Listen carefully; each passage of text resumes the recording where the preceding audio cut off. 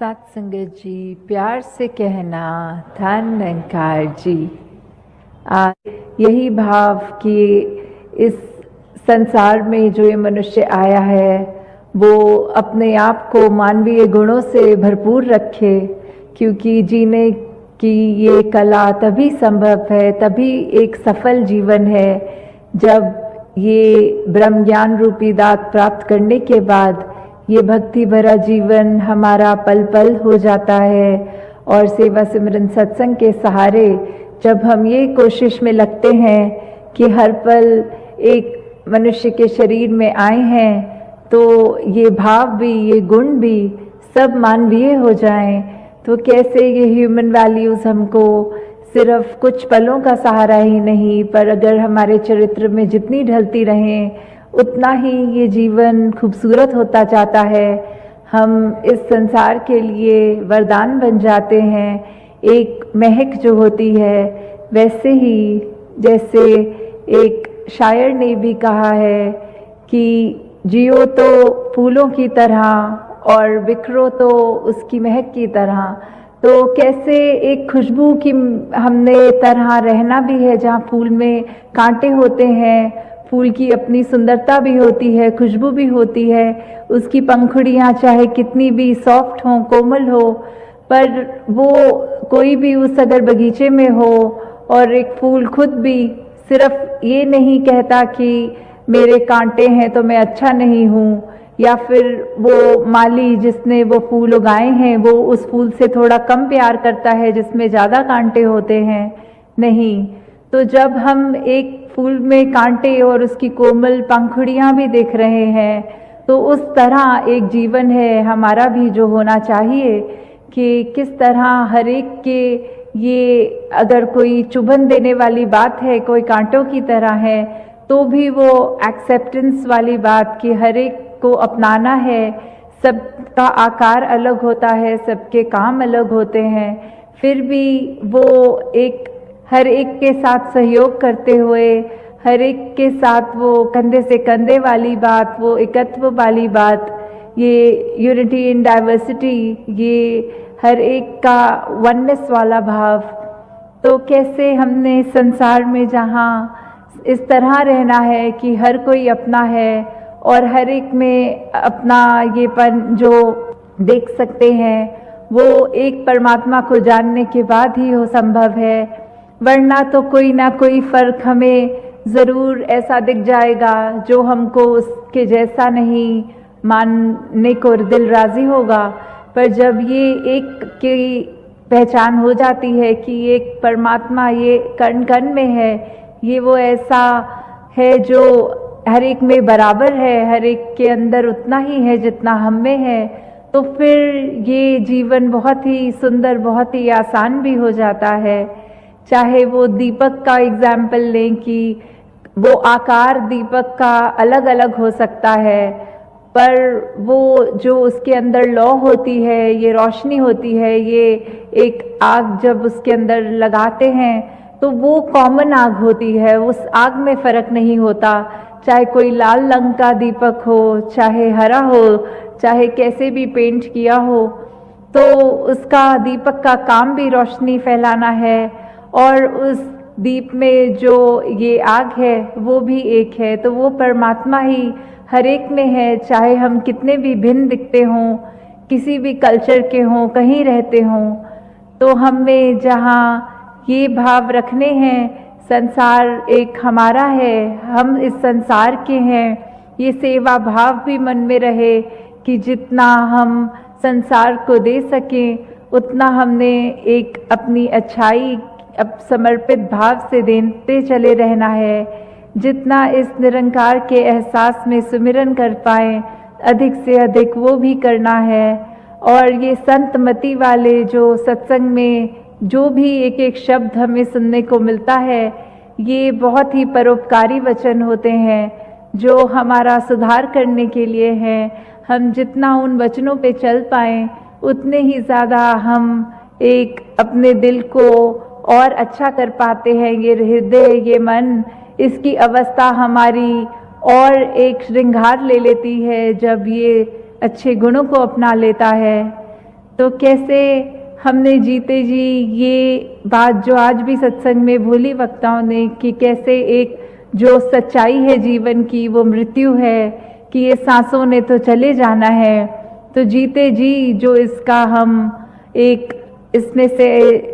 Full potential की बात की, सबसे ज़्यादा हम अपनी ज़िंदगी को जीते हुए जो इसका पूरा भरपूर एक सदुपयोग करें, तो वो भी तभी संभव है जब इसके सांसों की लड़ी चल रही हो। क्योंकि जब इसने ख़त्म हो जाना है तो कोई कार्य ऐसा नहीं जो हम कर पाएंगे। जो भी कार्य करने हैं वो जीते जी ही करने हैं। और इसमें प्रथम वही बात कि अपनी पहचान कर लो। इस परमात्मा को जब देख लेंगे, इसको जाना जा सकता है, उसको जान लेंगे, तो उसके बाद हमें अपनी भी पहचान ये समझ आ जाएगी कि हम क्या हैं, इस संसार में क्या लक्ष्य लेके आए हैं और सांसें खत्म होने के बाद कहाँ जाना है। फिर वही बात जो किसी भी रिलीजियस स्क्रिप्चर में देखें, कोई भी जो जहाँ आस्था रखते हैं उससे मेल खा के देख लें, तो ये मोक्ष मुक्ति इसकी भी जो बात है ये किससे संभव है, ये इस ब्रह्म ज्ञान द्वारा ही संभव है। तो जहाँ हमने अपने आप को उस रूप में देखना है, वहाँ ही अपना ये सुधार के लिए हर पल जोड़ना है कि संसार में हम आए हैं तो अपनी खूबसूरती सिर्फ तन को ना सजाएं, अपने मन को भी सजाएं और ऐसे गुणों को अपनाएं जो हमारे भले के लिए तो है ही, बल्कि ये संसार के लिए भी परोपकार में जुटे रहें। तो एक कहानी भी जो ध्यान में आ रही है कि कैसे हमें एक दूसरे पे उस तरह नहीं, फरेब की बात आती है, ये मन में धोखे आ जाते हैं। तो कैसे एक गांव में एक जिनके पास फार्मर पर वो डेयरी फार्मिंग वाले जो एक दूध का व्यापार करते हैं, एक माखन बेचते हैं, तो कैसे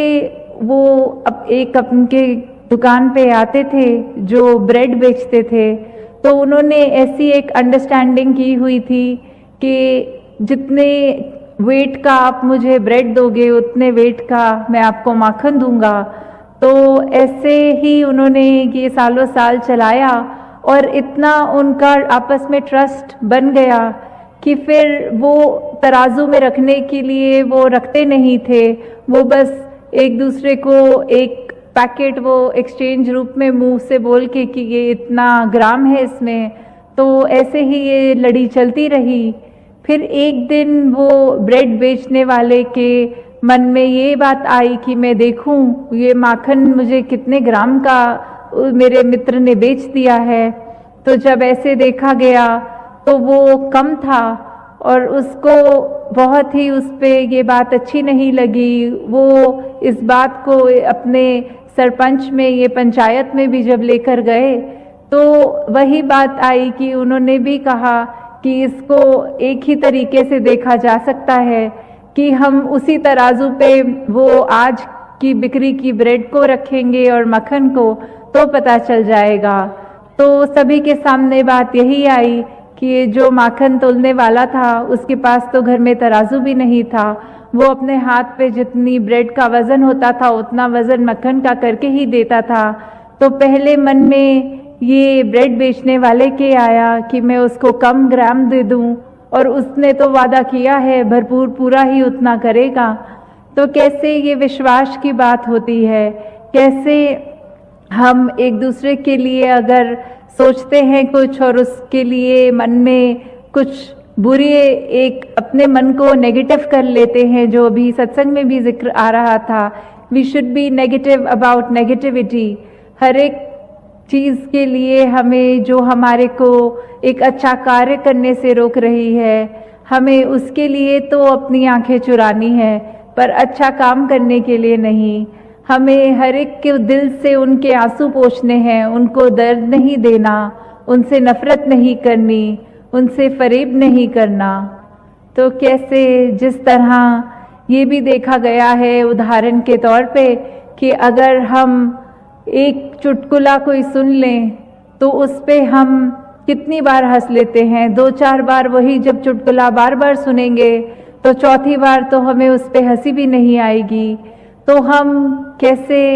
अपने दुखों को, वो एक ही दुख पकड़ के जो इस परमात्मा ने इतने और सुख दिए हैं उनको तो नज़रअंदाज कर देते हैं, और एक अगर कोई चीज़ हमारे अनुसार नहीं है जीवन में, उसको दुख समझ के उस एक दुख को पकड़ के उसके ऊपर बार बार रो लेते हैं। तो कैसे जिस तरह वो अवस्था की बात आ जाती है, ये जो परमात्मा ने दिया ये सब जीवन के लिए, सुधार के लिए दिया, तो कैसे हमने जिस तरह एक चीज़ को पकड़ के ही नहीं बैठे रहना,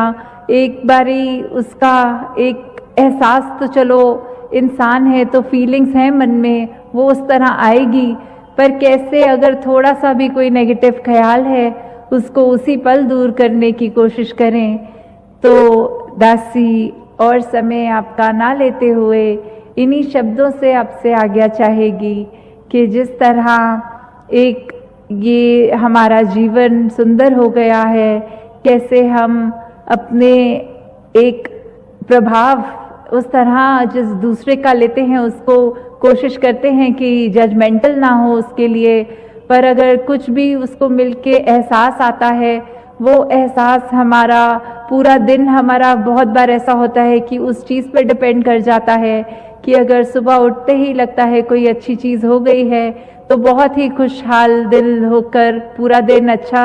हम बिताने की कोशिश करते हैं, और अगर कुछ ऐसी चीज़ जो उसने उस दिन में करवाहट भर दी तो हमारा वो मूड भी बिगड़ जाता है, एक उदासी सी मन में आती है। तो कैसे हम क्या वो कर रहे हैं, हम किस तरह का दूसरों के प्रति उनके लिए क्या प्रभाव छोड़ रहे हैं कि अगर किसी का कुछ किया हम पे ये प्रभाव देता है, तो अपनी इस विवेक बुद्धि, इस चेतनता से